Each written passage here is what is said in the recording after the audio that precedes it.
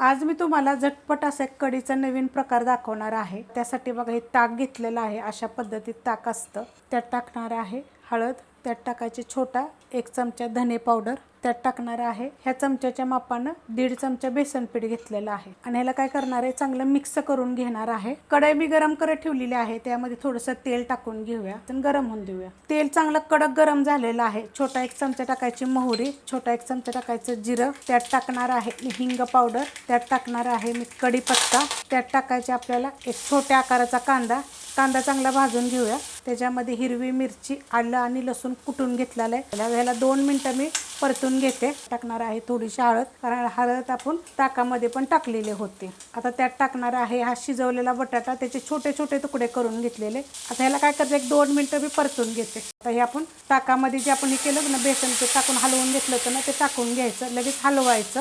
Gas करणार आहे मी थोडासा बारीक, म्हणजे फुटणार नाही ते। कारण काय होतं फास्ट गॅसवर तुम्ही हलवलं नाही तसंच जर ठेवलं तर फुटतात। चवीप्रमाणे टाकायचं मीठ, हलवून घेऊया। हलवून घेतलेलं आहे आणि त्याच भांड्यामध्ये बघा मी थोडंसं पाणी घेतलेलं आहे। आता तुम्हाला किती पातळ पाहिजे कितीही पाहिजे त्याप्रमाणे करायचं। थोडीशी टाकूया कोथिंबीर आणि गॅस केलेला आहे आता मीडियम। एकसारखं आपल्याला उकळस्तवर हलवत राहायचं। मस्त अशी बघा उकळलेली आहे। असं उकळस्तवर हलवत राहायचं, म्हणजे कधी कढी आपली फुटत नाही। कोणती पण केली तरी फुटत नाही।